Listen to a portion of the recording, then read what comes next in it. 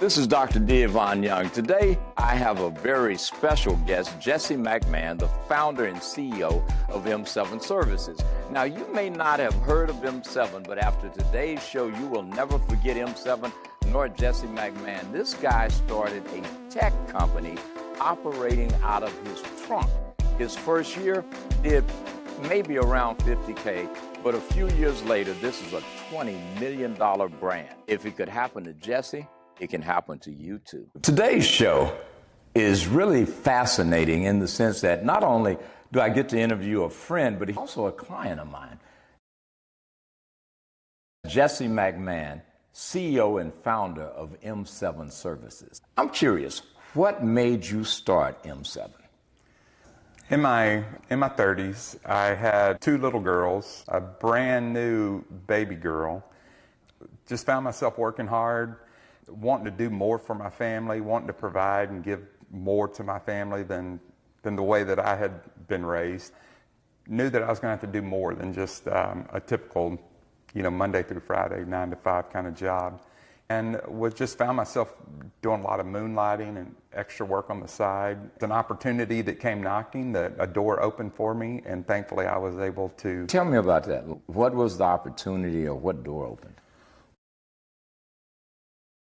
A friend of mine, former colleague, was working at a hotel in downtown Houston, and they were struggling from a technology perspective.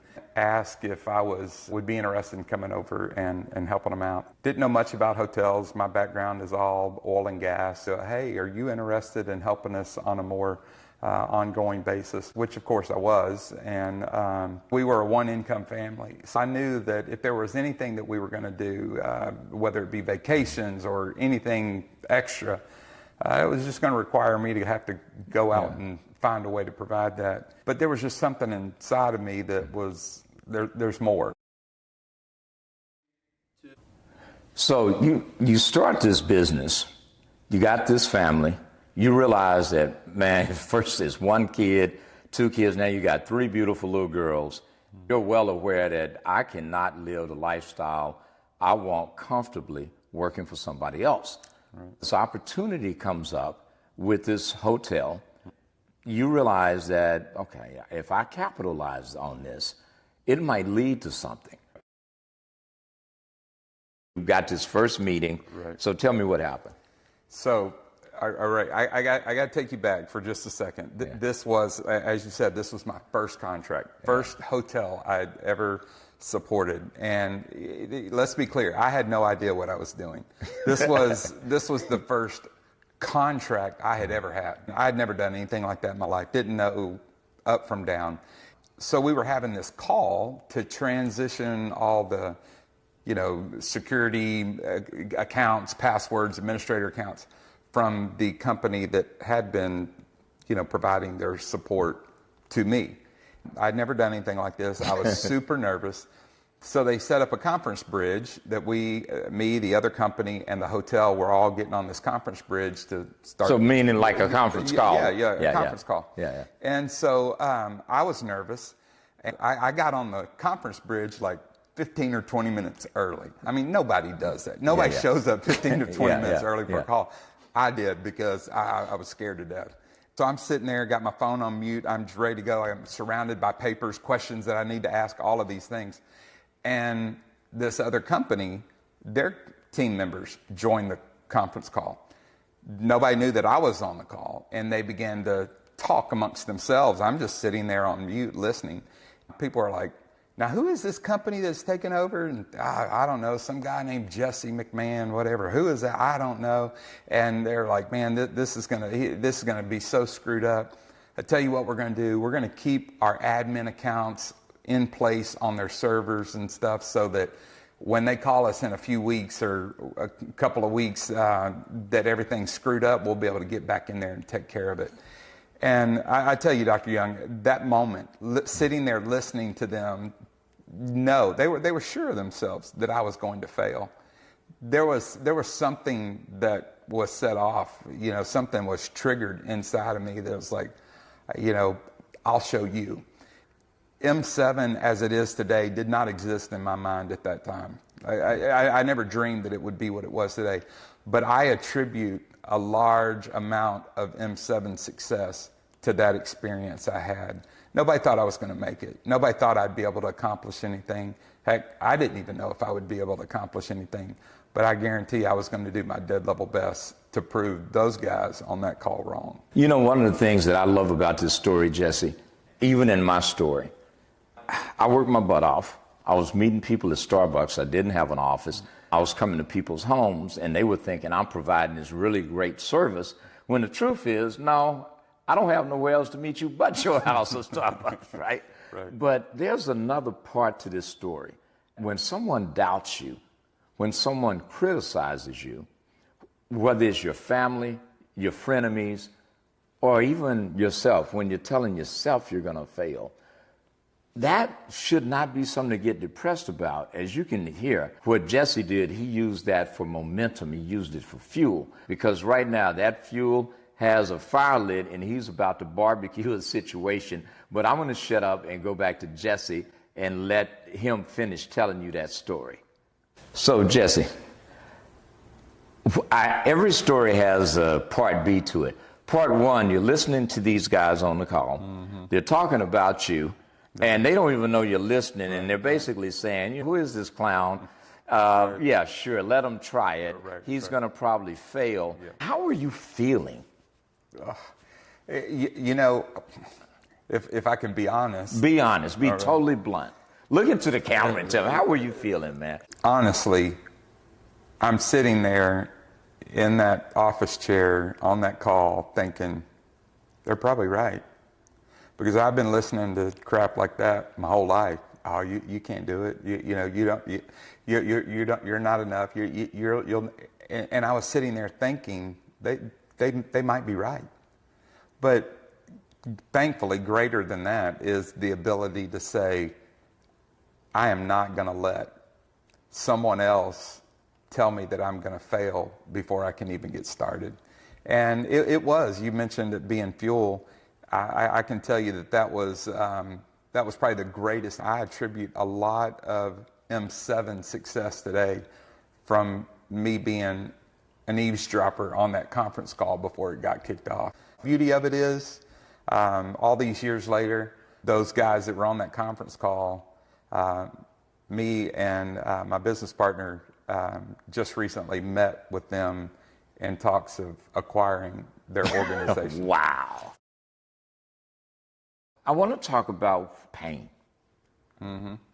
Success comes with mistakes. It comes with shame. It comes with anxiety and depression, self-sabotaging from your thoughts. What's the pain of being the CEO of a $20 million a year company? Because it's not all glamour. So what's going on behind the scenes with Jessie McMahon? I can began to think back over, the course of this entire journey, thinking about today. Obviously, things are a lot different than they were back in those days.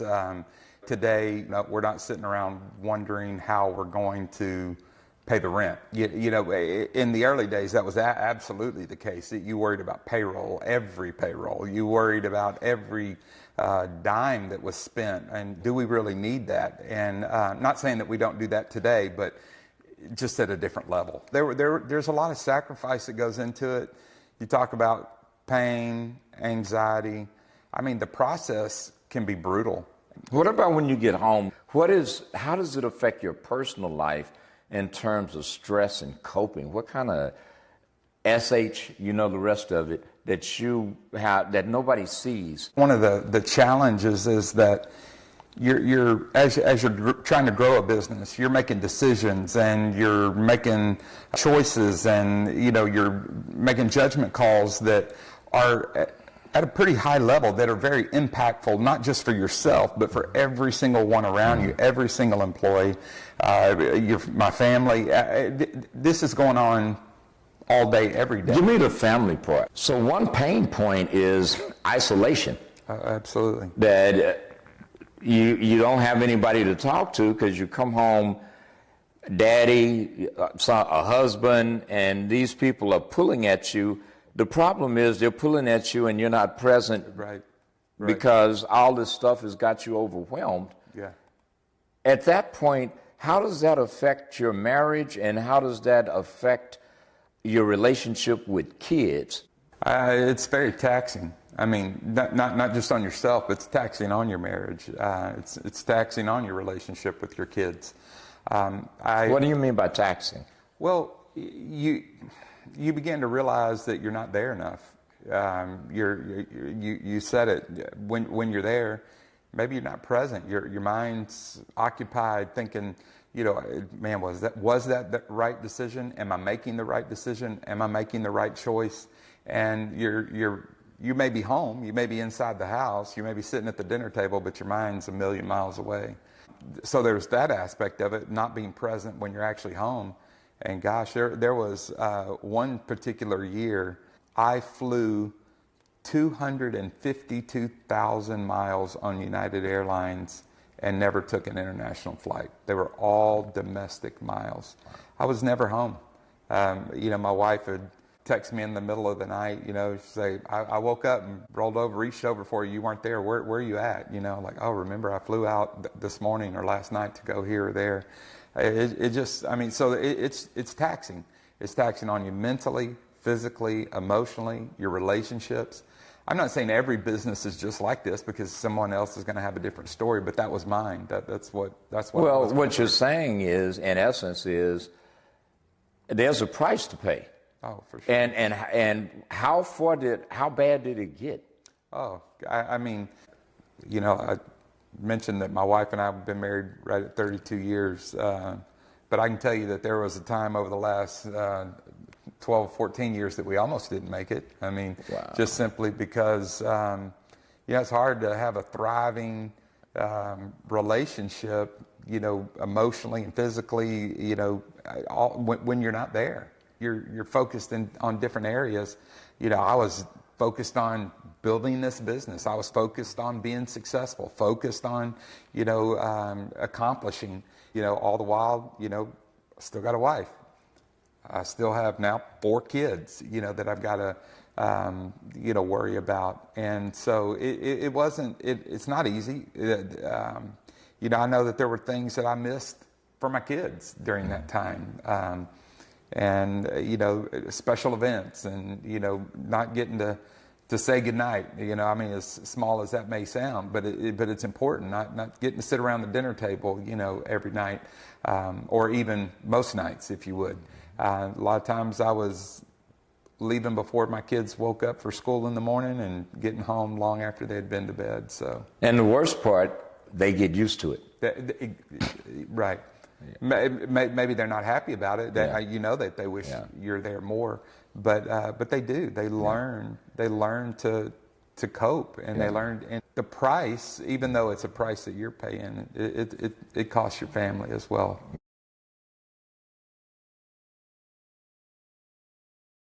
That's a lot. Yeah. Your kids, they start getting to a point where they get almost used to you not being there. Your wife is waking up going, damn, where are you? Everything is pressure, pressure, pressure, pressure. What did that end up leading to? Working in the hospitality industry, every one of my clients being a hotel, resort, casino, it's that much travel and staying in hotels that much is not as glamorous as it may sound on the surface. Yeah. I can assure you that. It was. I'm a homebody. I love to be at home, and just being gone that much, it got to a point where we could talk about the high blood pressure, the anxiety, just the chaos that was going on from a mental and emotional state that it took me getting hospitalized with just an astronomical blood pressure reading where I was about to have a stroke, and before you put the brakes on and say, I got to start doing some things different. What about coping strategies? Most people end up doing some self-sabotaging stuff just to cope. What did you do? Honestly, I started drinking. Never drank in you know, in my life. I mean, being a crazy teenager here or there, you know, something like that. But I found that it was, I could have a drink and I could begin to let some of this stuff kind of melt away a little bit. And the way your body and your mind works is like, oh, I want some more of that, you know. And I found myself drinking in excess. And I did that with weed. You know, amazing family and people around me that is like, you got to get a hold of yourself. And it's not been easy. I've done some things I'm not proud of, for sure. As we all have. But it's kind of like it's your mind and your body is, you know, telling you need an escape. You need something to help you. But really, you know. Let me ask you this. I know that you reached out to me in the middle of some of that. Right. How did coaching affect? Well, I'll tell you this. You know, you hear the old saying, you don't know what you don't know. And, you know, as we mature, get older as men, I was thinking, well, I can handle this, I can handle that. When I reached out to you, my wife and I had been talking about finding someone that we could talk to. I mentioned earlier about communication, and we were just, you know, we want to have a successful, happy marriage, and so we were talking about finding someone that we could relate to, someone that could help us, someone that could, you know, coach us along the way to find that place that we wanted to be. And so when my wife and I first met you, I was already in a very, very unhealthy place. From my blood pressure was through the roof. My kids joke around about the veins in my forehead. They're just like always, you know, popping out. And because I was always on edge, always stressed out, always, you know, as you know, the sole owner of a business, it doesn't matter what happens in the business. It's ultimately it's your responsibility. If a bad decision is made by someone, nobody looks at that. They look at you. And so I took all that stuff very seriously. And when I met you, being able to have someone that I could talk to, someone that I could share some of these types of things of where I was at, you know, man, just being able to get some of that stuff off my chest was therapy in and of itself. Was medicinal. I mean, it was truly medicinal. Having someone to talk to that understands business, that understands entrepreneurship, that understands investment and sacrifice and all those things is crucial.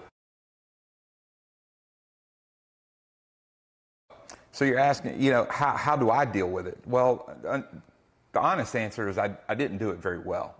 I didn't balance, you know, people taking advantage of you, you know, that sort of thing very well at all, because I was worried. You know, you're worried about clients, you're worried about employees, you're worried about family, and so I just gave. And gave, whether it was resources or second chances, third chances, fourth chances. I mean, I just continued to do that. I would encourage people that find themselves, you know, in a business and as a leader to reel that in for themselves, because it doesn't end well. You're not doing them any favors. You're not doing yourself any favors.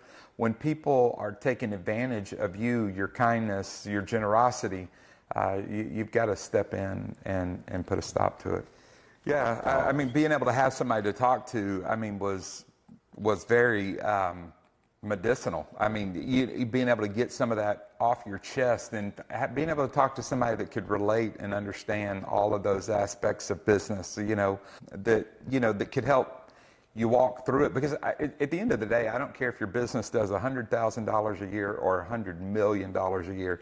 Business owners all face pretty much the same problems. Finding the right people, you know, having customers and clients that are good partners, all of those things. It's the same exact problems, maybe much larger scales and more of them, but it's the same kinds. Well, that fall from a mountain hurts a hell of a lot more than a fall from a hill, right? Yeah. Well, one thing that I've learned coaching ultra high net worth and high net worth individuals is they actually, in many ways, are more vulnerable to things than the average bear because people tend to exploit them. People tell you what you want to hear because they don't want to cut off that $50 or $100. And even when they see you putting yourself in harm's way, if that wake-up call could end up meaning that you cut them off or that they no longer have access to your resources, they're not going to tell you, and you could be 1 foot out the damn grave and they're not going to tell you. What did you do to prevent you from being in that position? I would love to be able to give you a very diplomatic answer. No, give us a raw one. The problem is... this is on Roku and Apple TV. Get raw with it. So, you know, if there's one thing that I get accused of the most, it's, oh, you're too nice. Yeah. Okay? Yeah. You're just being a nice guy. You're just being a nice guy. So having people that take advantage of that, at least in my experience, I've had a lot of that. Man, 30 minutes goes by way too quick when you're getting to this meaty stuff, right?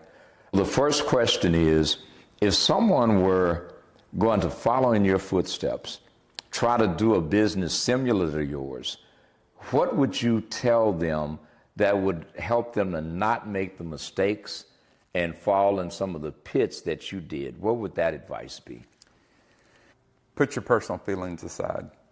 Business is business. You're going to have to make decisions that aren't going to be popular with people around you because a myriad of reasons. It might be because it affects them. It might be because they would rather you do something different. At the end of the day, you've got to be ready and willing to be able to make the best decision at the time for what your business needs. You got to be sure where you're going. You got to know what you want. You got to have a plan, a vision, and a purpose. And you got to be willing to do what it takes to get there and accomplish it. So, Jesse, here's what I heard you say. What I heard you say basically is you need to get something like a feasibility study almost to know what you're going to do, why you're going to do it, and how you're going to do it. Then I heard you say, don't let your ego and other people's feelings influence your decisions. The last thing that I heard you say equates to you're going to have to be committed and work hard to get this done. Oh, yeah. Does that sound about right? Oh, yeah. Last thing. I know you said, well, damn, Doc, I thought that was the last thing. No matter what business somebody's in, for them to succeed and be where you are, to get to where you said, man, I was doing this out the trunk of my car at an 800 number that you could call and ask for tech support, that's me. You ask for sales, that's me. You ask for a consultation, me again, right? But that went from a $50,000 your business to a few years later, now it's $20 million. What are the three things that you would tell somebody that is watching this or listening to this, if they're listening on iHeart or wherever, Spotify, that you must do if you're to be successful? Three things. The first one is easy. The first one is you got to establish a work ethic. What does that mean? I mean, you got to be willing to get up and go when you don't feel like getting up and going. You got to be willing to get up and go when nobody else is getting up and going. I remember one of the greatest fears that kept me up every night when I was starting this business is, what if I'm lazy? That was a fear that was in my mind, is what if I just end up working for myself and sleeping late and, you know, knocking off early all the time. Well, that didn't happen, I can assure you that. But it was a fear that I had. And I attribute my work ethic to my precious mother, and who drilled that into me. If you don't have a work ethic and you're not willing to get up and go when it's very easy to stay home, to not go, to not make those calls, not send those emails, you're not going to be successful. Okay, what's the second thing? The second one, You know, I'm in the service industry. We provide professional services. The thing that I would say that's probably more unique to my business than anyone else is you got to care about other people. And it's not just clients, but it's the people that you hire, the people that work for you. You got to care about other people. I remember long before I started the company, I remember telling someone, I don't know if you remember the way Walmart used to operate. When I was a kid growing up, you could just like pick up a random item that you had at home, and you could, no box, no receipt. It could be 100 years old. You could take it back to Walmart and get a refund. And in my mind, I always felt that, well, that's why Walmart was so successful, is because they catered to customer service. And so I always said that if I started a business, before I even decided what kind of business I was going to start, I was going to know what kind of customer service that I was going to provide.